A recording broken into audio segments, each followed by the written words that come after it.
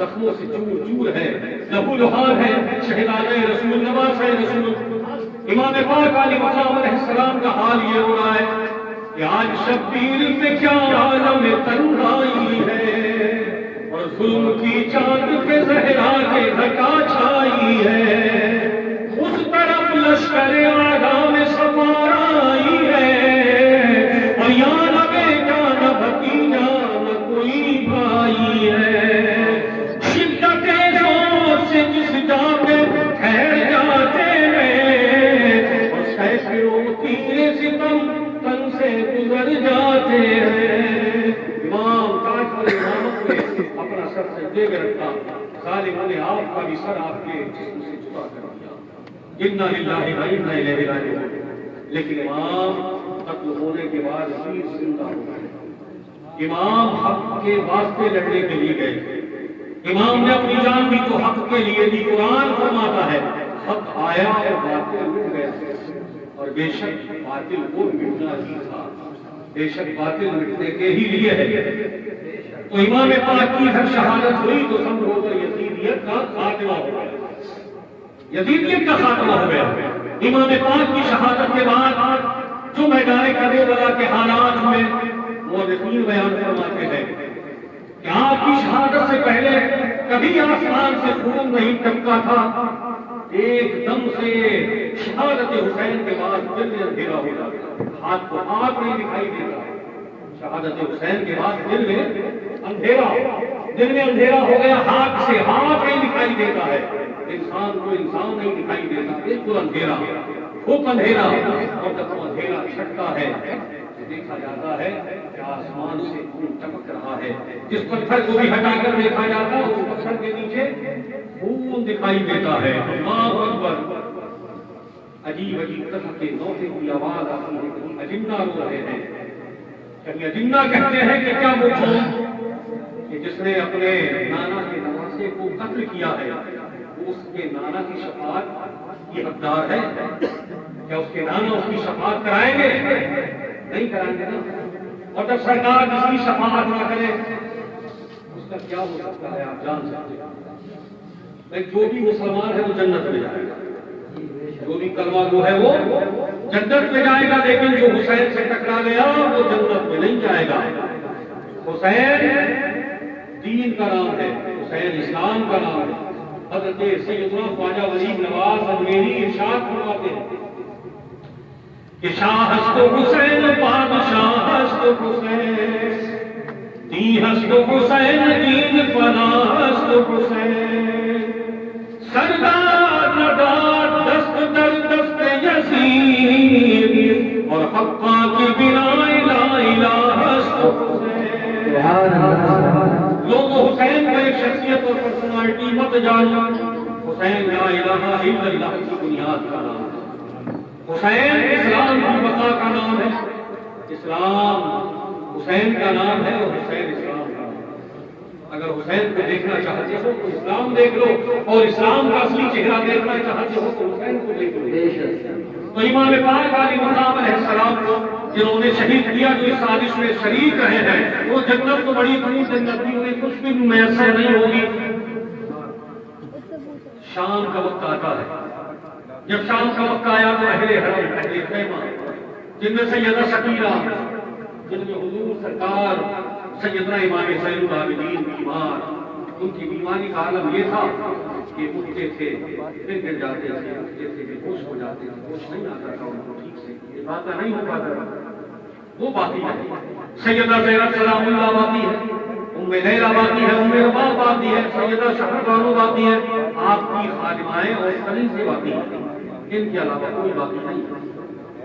اب ان سب کو تشویش ہونے لگی ہے، اب ان سب کے ذہن و دماغ میں یہ بات آنے لگی کہ جن ظالموں نے ہمارے بھائی پر صدقہ برابر کہیں نہیں کیا، جنہوں نے معصوم اصغر کو 2 قطرے پانی کے نہیں دیے، ظلم کا تیر چلایا اور اس کو شہید کر ڈالا، جس نے جوان اکبر کے لاشیں پر گھوڑے دوڑا دیے، جس نے عباس کے بازوؤں کو کاٹ ڈالا، جس نے قاسم کی جوانی کو لوٹ لیا، جس نے وہ محمد ننھے بچوں کو قتل کر ڈالا، ان سے ہم دفاع کی امید کیا رکھیں، ان سے ہم بھلا ہونے کی امید کیا رکھیں؟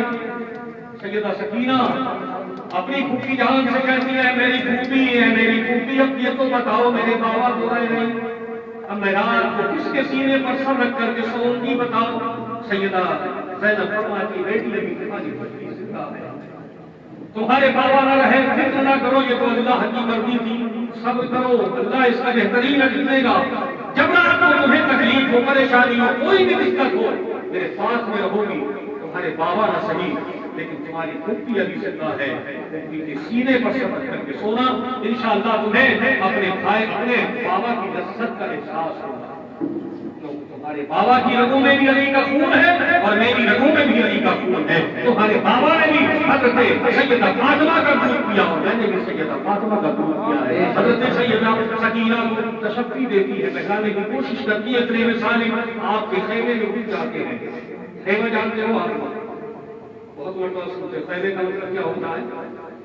وہ جگہ جس میں رہا جاتا ہے اس کو اپنا کہتے تمبو ہے نا، بعض گاڑی لیے جاتے ہیں جیسے جو لوگ حج کرنے گئے ہوں گے مقام مینا ہے تو وہاں پر کیا ہوتے ہیں روٹی ہے جن کو کہا جا رہا ہے یہ خیمے ہوتے ہیں، تو خیمے میں حضور سرکار سیدنا امام پاک علی مقام علیہ السلام کی یہ گھر کی عورتیں اللہ اکبر وہ گھر کی عورتیں کہ جن کے بارے میں کہا گیا کہ بے اجازت جن کے گھر جبریل بھی آتے نہیں، یہ بات محبت سے کہہ دیا حسین جاگ رہے ہیں محبت سے اور کہہ دیا حسین، امام حسین تو ہمارے لیے بہت سی راتیں جاگے بھی ہیں اور ہمارے لیے انہوں نے اپنی جان کو بھی قربان کر دیا کہ بے اجازت جن کے گھر جبریل بھی آتے نہیں اور قدر والے جانتے ہیں قدر و شان اہل بیت،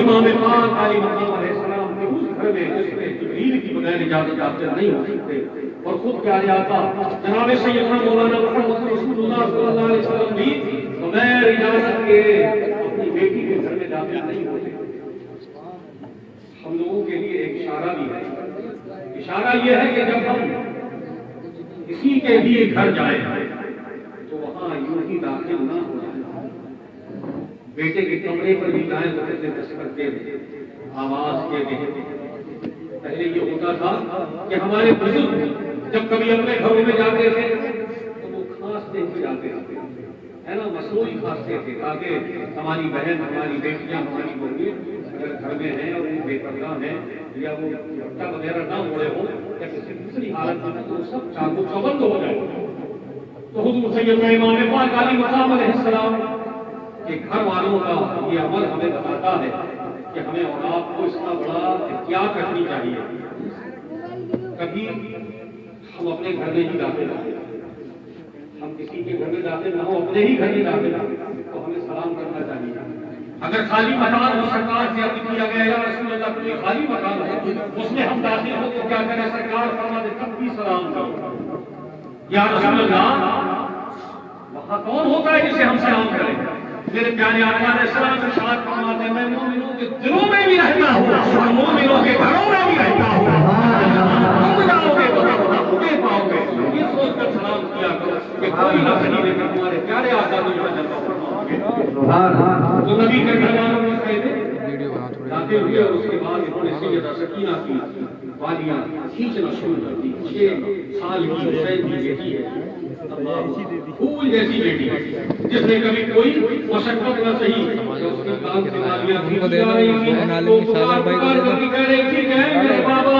دیکھو دیکھو گواہ رہنا، تمہاری ننھی شہزادی نے بھی میدان کربلا میں اپنے کانوں کی قربانی پیش کر لی ہے، آواز آتی ہے بیٹی صبر کرو، اسلام کے نام پر یہ سب تمہاری قربانی اللہ کی بارگاہ میں پھوپھی جان کا پکار کر کہتی میری پھوپھی مجھے بچاؤ، یہ ثابت کیا کر رہے ہیں، سیدہ سکینہ کے قریب سیدہ زینب پہنچ جاتی ہے اور اپنی بھتیجی کو اپنے سینے سے لگاتی ہے اور ماتی بیٹی گھبراؤ نہیں، کہا پھوپھی جان ذرا دیکھو تو میرے کانوں سے خون بہ رہا ہے، اللہ اکبر، لبتے نبی لبتے زہرا لبتے علی کے کانوں سے خون بہ رہا ہے، افسوس ہوتا ہے کہ ایسے ظالم نسلوں کو کیوں بچانا چاہتے، کیوں بچانا چاہتے، کیا آدم سے رشتہ، ایک پتھر دل ایک سنگین آدمی تھی، جب ان واقعات کو سنے گا تو بتاؤ اس کا دل نہیں ہوئے گا، کیا اس کی آنکھوں سے آنسو نہیں نکلیں گے، بھئی امام کا غم وہ غم ہے کہ جس کو دنیاوی غموں سے ہمیں شمار نہیں کرنا چاہیے.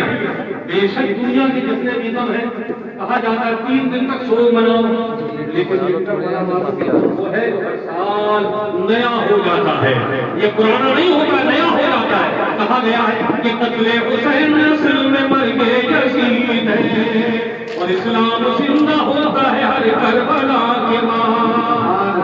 شہزادی رسول رو رہی ہے اور رو کر کے پکار رہی ہے. سیدہ زینب نے تشفی دیتی ہے، تسلیم دیتی ہے. تھوڑی دیر کے بعد ان ظالموں نے انہوں نے پاٹ بجانا شروع کر دی.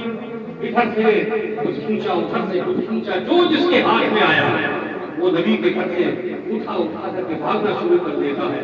جب دیکھا کہ کچھ باقی نہیں یہاں گھر میں، تو پھر انہوں نے اہل بیت کے خیر کو آگ لگا دی. کو آگ لگا دی گئی ہے. ان کا گھر جل رہا ہے کہ جن کے سجدے میں ہم جہنم کی آگ سے کریں گے. جب ان کے گھر جل رہے تھے تو سیدہ زینب نے تمام بیویوں کو ساتھ میں لیا اور کہا آؤ دوسرے خیمے میں ہم چلتے ہیں. دوسرے خیمے میں پہنچی تو اس کو بھی جلا دیا گیا. تیسرے میں چلتے ہیں. تیسرے میں گئی اب ظالم وہاں داخل ہوتے، داخل ہونے کے بعد میں سیدہ زینب سلام اللہ علیہا علی کی بیٹی فاطمہ کی شہزادی کی چادر کو کھینچتے ہیں. سیدہ زینب بے پردہ ہونے کو ہوتی ہے تو اپنے بالوں کو کھول لیتی ہے اور اپنے چہرے کو ڈھانپ لیتی ہے. چادر چھن گئی. بتاؤ فاطمہ کی چادر چھن گئی. زینب کی چادر کیا ہے؟ فاطمہ کی چادر ہے. اور یہ وہ چادر ہے کہ جس کے صدقے میں نہ جانے کتنے بخشے جائیں گے. تو سیدہ زینب کی چادر چھینی. اس کے بعد آپ نے چہرے کو اپنے بالوں سے چھپا لیا. بارگاہ رب العالمین نے عرض کیا میرے پروردگار تو دیکھ رہا ہے کہ زینب یہاں بھی بے پردہ نہیں ہوئی ہے. زینب نے یہاں بھی پردے کا اہتمام کیا. تو حضور سرکار سیدہ زینب سلام اللہ علیہا کی نے بہترین قیادت کی سارے گھر والوں کو اپنے ساتھ میں سمیٹ کر کے رکھا ہے. سب کو دلاسا دیا ہے. کبھی عابد کو سمجھایا ہے، کبھی سکینہ کو سمجھایا ہے، اہل بیت کی عورتوں کو سمجھایا ہے، اور خادماؤں کو سمجھایا ہے. اخیر میں معاملہ یہ ہوا کہ یہ نکلا ہوا لشکر کہاں پہنچ جاتا ہے؟ ابن زیاد کے دربار میں پہنچ جاتا ہے. ابن زیاد کے دربار میں حضرت زید رضی اللہ عنہ والا واقعہ پیش آتا ہے کہ ابن زیاد آپ کے لبوں پر چھڑی لگا کر کے کہتا ہے کہ اگر میری مان جاتے تو تمہارا سر نہیں کٹتا. تو ایک صحابی رسول تھے ارشاد فرماتے ہیں ایک وقت ایک مرجانا تو امام کے ہونٹوں پر جو چھڑی چلا رہا ہے نا، یہ امام کے ہونٹ وہ ہونٹ ہیں جو لمحائے جو بوسا گاہے مصطفیٰ ہے. مصطفیٰ جنہیں چوما کرتے تھے، میں نے دیکھا ہے کہ مصطفیٰ جنہیں چوما کرتے تھے. یہ گردن جو ہے یہ بوسا گاہے مصطفیٰ ہے. اس سرکار بہت مرتبہ بوسا دیا کرتے. خدا کے واسطے چھڑی ہٹا دے. کہتا ہے کہ اگر صحابی رسول کا ہوتا تو تجابی قتل کر دے گا. زید بن ارقم فرماتے ہیں کہ میرے صحابی ہونے کا خیال کرتا ہے اور ان کے نبی کے نواسا ہونے کا تم نے کوئی خیال نہیں کیا. شہداد رسول ہونے کا تم نے خیال کچھ نہیں کیا. اگر چالاکیاں کیسی، مکاریاں کیسی، تجھے جو کرنا ہوگا وہ میرا کر لے. لیکن اس نے زید بن ارقم کے دربار سے باہر نکلوا دیا. یہ قافلہ یزید کے دربار سے ہوتا ہوا ہم مدینہ شریف پہنچنے والا. آپ کا کہاں پہنچنے والا ہے؟ مدینہ شریف پہنچنے والا ہے. کربلا گیا 40 دن ہو گئے تھے کہ 20 سفر تھی.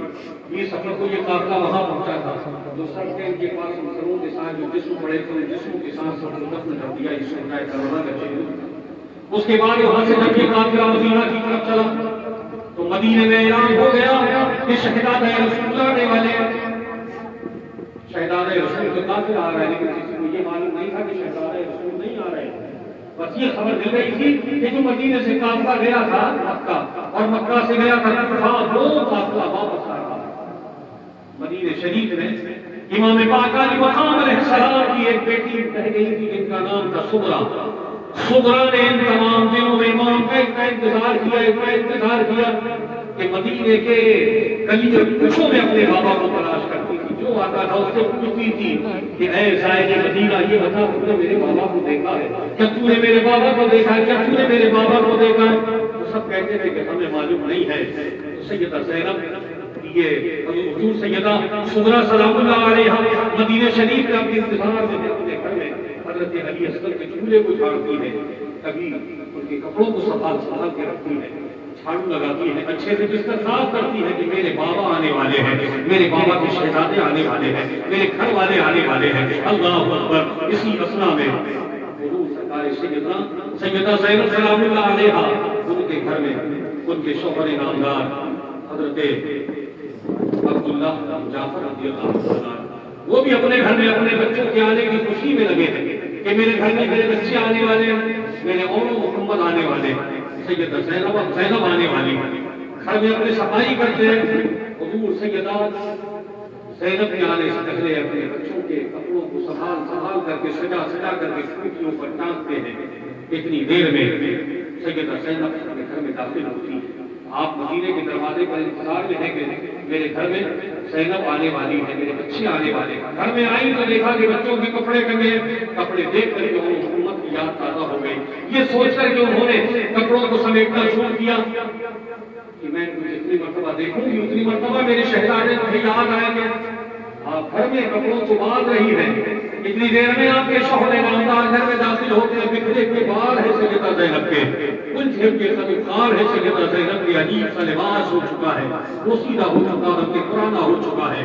اس عالم میں آپ کے شوہر نامدار گھر میں آتے دیکھتے ہیں اور کہتے ہیں کہ تم کون ہو، میرے گھر میں کیوں چلی آئی؟ اے ضعیفہ، اے ضعیفہ، خدا کے واسطے میرے گھر سے چلی جاؤ۔ یہ میرے بچوں کے کپڑے کیوں سمیٹ کر کے رکھ رہی ہو، کیوں گٹھی باندھ کر کے رکھ رہی ہو؟ تمہیں معلوم نہیں کہ میرے شہزادے آنے والے، تمہیں معلوم نہیں کہ میری سیدہ زینب آنے والی، جب وہ آئیں گی کپڑے نہیں پائیں گی تو مجھ سے کہیں گی کہ میں اتنے لمبے سفر میں گئی تھی اور واپس آئی تو تم سے اتنا بھی نہ ہو سکا کہ بچوں کے کپڑوں کو سنبھال کر کے رکھتے ہیں، میں نے بڑے محبت سے ٹانگے تھے، میرے بچے کہنے گے خدا کے واسطے تم جو چاہو میرے گھر سے لے جاؤ، لیکن میرے بچوں کے کپڑوں کو نہ لے جاؤ۔ سیدہ زینب فرماتی ہے کہ میرے شوہر نامدار مجھے نہیں پہچانتے۔ آپ فرماتے ہیں کہ میں نہیں پہچانتا، تم کون ہو؟ کہتے ہیں کہ میں تمہاری زینب ہوں، میں تمہاری زوجہ زینب ہوں۔ سیدنا عبداللہ بن جعفر ارشاد فرماتے ہیں کہ میری زینب تو ایسی نہیں ہو سکتی جیسی تم ہو۔ میری زینب جب یہاں سے گئی تھی تو اس کے بکھرے کے بال نہیں تھے، اس کے چہرے کا حال یہ نہیں تھا، تم نہیں ہو سکتی ہو۔ قریب آؤ، جب آپ قریب پہنچے اور جب آپ نے دیکھا خود آپ کا عجیب سا عالم اور پوچھنے لگتے ہیں کہ زینب یہ تو بتاؤ تمہارا یہ حال کیسے ہوا؟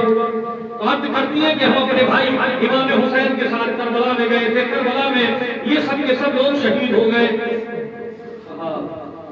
میرے بچے کہاں اور محمد کہاں؟ ارشاد فرماتے ہیں کہ اور محمد بھی اپنے ماموں کے قدموں پر قربان ہو گئے اور محمد بھی اس دنیا سے رخصت ہو گئے۔ آپ غش آ کر کے گر جاتے ہیں، اس کے بعد جب اٹھتے ہیں تو سیدہ زینب فرماتی ہے ان اللہ مع الصابرین، اللہ صبر کرنے والوں کے ساتھ ہے۔ ہم نے اسلام کے لیے اپنی جانوں کو قربان کیا ہے، انشاءاللہ تعالی اللہ تعالی اسلام کو ہمیشہ سر بلند رہے گا۔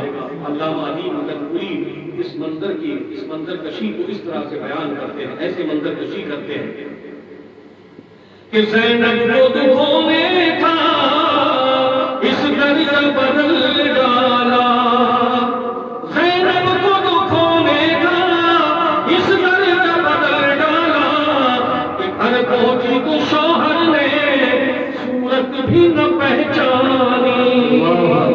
اللہ تعالیٰ ہمارے ذکر کو قبول فرمائے۔ میں آواز دے رہا ہوں محترم جناب قمر الحسن صاحب کو تشریف لائیں اور اپنے چار سے شعر سے ہمیں آپ کے معزز فرمائیں۔ انشاءاللہ اس کے بعد حضرت علامہ مفتی کاشف سعید صاحب کا